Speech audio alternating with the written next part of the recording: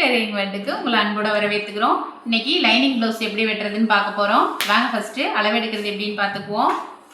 நம்ம போன தடவை 12 இன்ச் அளவில் ஒரு மெஷர்மெண்ட் அகலத்தை வச்சு கட் பண்ணோம்.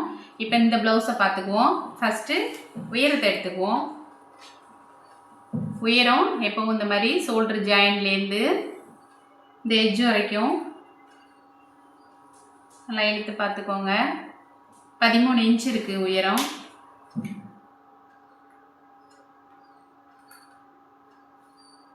உயரம் 13. அடுத்தது அகலம் பார்த்துப்போம்.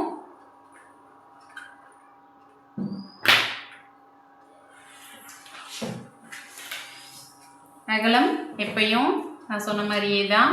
இங்கே எவ்வளோ கிளாத் விட்டுருக்காங்கன்னு பார்த்துங்க, நல்லா பார்த்துங்க. ஃப்ரண்ட் பேஜை விட்டுருங்க, பேக் பேஜில்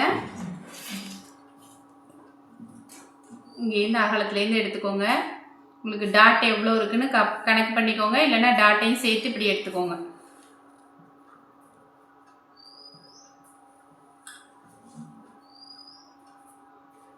கரெக்டாக 20 இருக்கு. ஓகே, நம்ம வந்து 20 இருக்கு. 20ல் பாதி 10 இன்ச்சு தான் இதோட அகலம். இந்த அகலத்தை வச்சு தான் நம்ம மற்ற மெஷர்மெண்ட்லாம் பார்க்க போகிறோம். அப்படியே பேக் நெக் இறக்கத்தையும் பார்த்துக்கோங்க.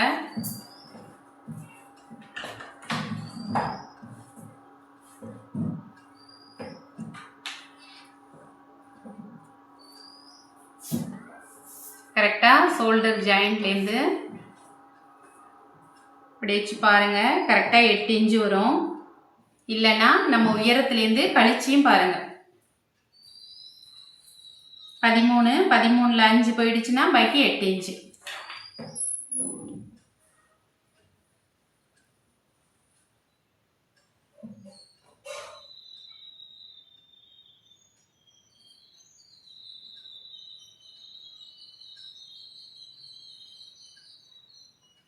அவ்வளோதான். இந்த அகலத்தை வச்சு நம்ம கை அளவை வெட்டுவோம். வாங்க. ஃபஸ்ட்டு லைனிங்கை நான் ஆஸ் யூஸ்வல் எப்படி கட் ஜாக்கெட் வெட்டுவோமோ அதே மாதிரி வெட்டிக்கோங்க. அடுத்தது அதை போட்டு லைனிங் எப்படி வெட்டுறதுன்னு பார்த்துக்கலாம். லைனிங் தான் இப்போதைக்கு நம்ம ப்ளவுஸ் பிட்டு. கரெக்டான மெஷர்மெண்ட்டில் லைனிங்கை வெட்டிக்கணும்.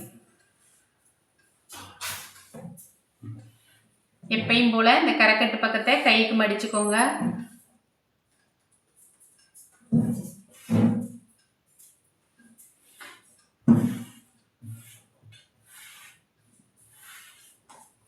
ஓகே, இந்த மாதிரி மடிச்சு போட்டுக்கோங்க.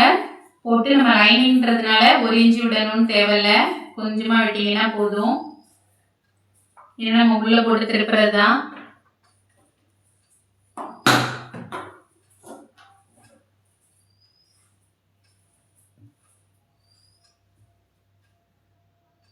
அப்படியே அளவு ப்ளவுஸை எடுத்து வச்சுக்கோங்க.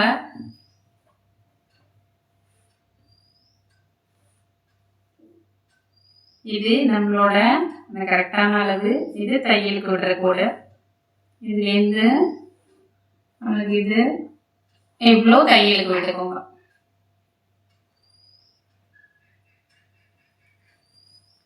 அவ்வளோதான். நம்ம இந்த ரெடி அளவில் எடுக்காம தையலுக்கு விட்டதுல எடுக்கணும். கொஞ்சம் தூரம் எப்பவும் ஸ்ட்ரைட் கொடுத்துக்கோங்க. அதுலேருந்து லைட்டாக.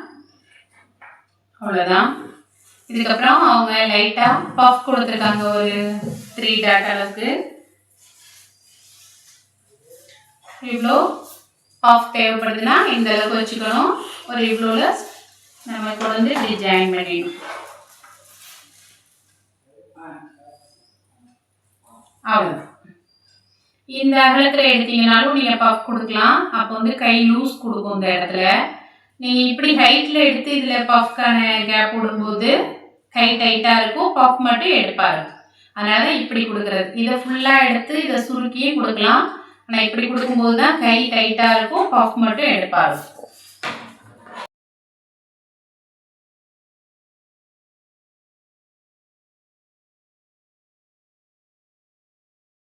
இப்போ நம்ம கையை கட் பண்ணியிருக்கோம். அவ்வளோதான். மடித்து போட்டபடியே தான் இருக்குது கிளாத்து. இப்போ இதில் நம்ம அகலம் எவ்வளோ பார்த்தோம்? 10 10 20. ஓகே, இப்போ நம்ம கிளாத் ரெடி பண்ணிட்டோம். இப்போ நம்ம அளவை காட்டுறேன்.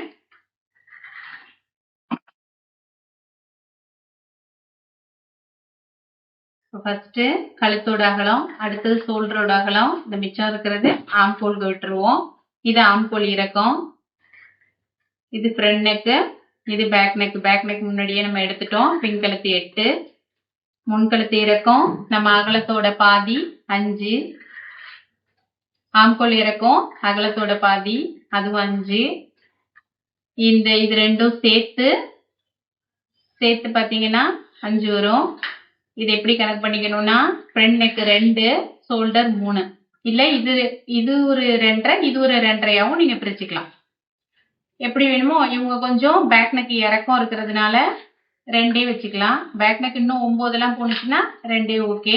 இல்லை ஒரு 6, 7 தான் வச்சிருக்காங்கன்னா 2.5 பிரிச்சுக்கலாம். அவ்வளவுதான். இதுக்கப்புறம் நம்ம இந்த ஜஸ்ட் இறக்கத்தை ஒரு வாட்டி பார்த்துக்கணும். ஏன்னா கொஞ்சம் சத்தா இருக்கவங்களுக்கு இறக்கம் கூட கொடுக்கணும்.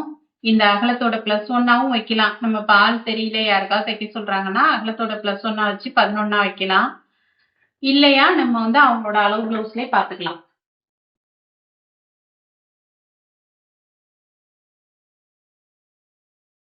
ஜஸ்ட் இறக்கத்தை பார்க்கும்போது இந்த மாதிரி பார்த்துக்கோங்க.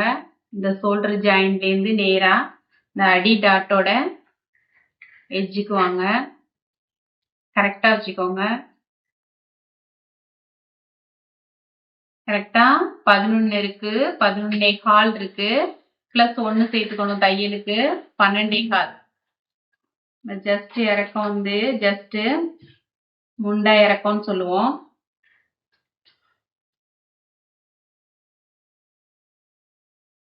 அது உங்களுக்கு 11.25 இருந்துச்சு, +1 சேர்த்துக்கிட்டு 12.25 வச்சுக்கலாம்.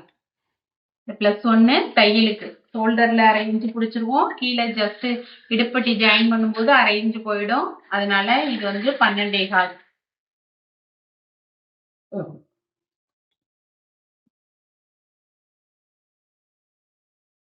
பார்க்கலாம் வாங்க.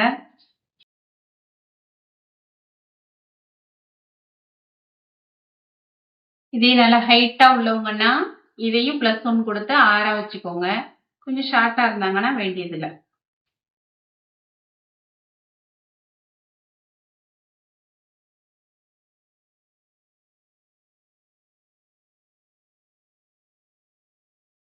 பெட்டி போட்டீங்கன்னா இங்கேருந்து நீங்க சமமா போடணும். சென்டர் குறிக்கணும்.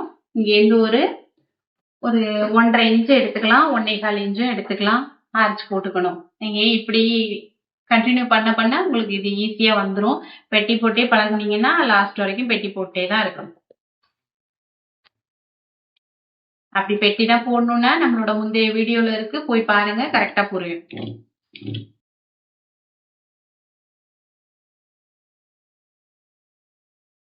ஷோல்டர் கட் கொடுத்துக்கோங்க.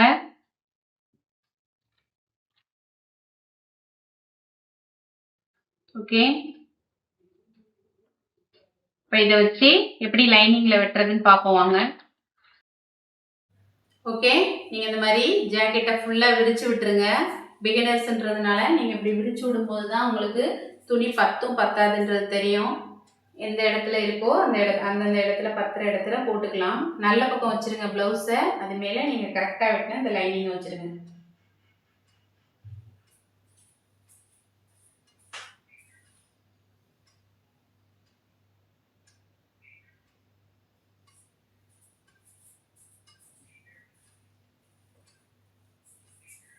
பாடி இப்போ இது சின்னதுன்றதுனால எங்கே வேணால் போட்டுக்கலாம். ஒருவேளை உங்களுக்கு பத்தலைன்னா இந்த மாதிரி ஆப்போசிட்டில் போடும்போது இதுக்குள்ளே இறக்கி விட்டு கூட இப்படி போட்டுக்கலாம். இது ஸ்பேஸ் வீணாகாமல் நமக்கு கிடைக்கும். இப்போ இது பெருசாக இருக்கிறதுனால ஒன்றும் பிரச்சனை இல்லை, நீங்கள் எங்கே வேணால் போட்டுக்கலாம்.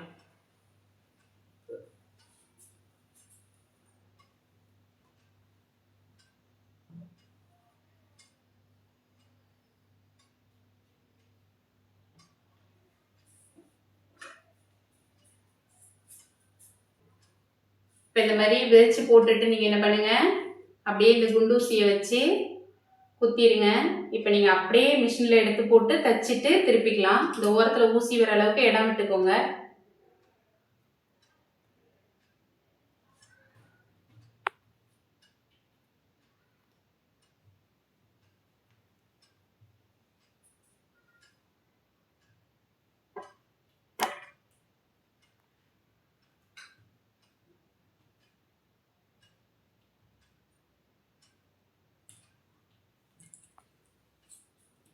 இந்த மாதிரி அடியிலையும் ஊசி போட்டுக்கோங்க.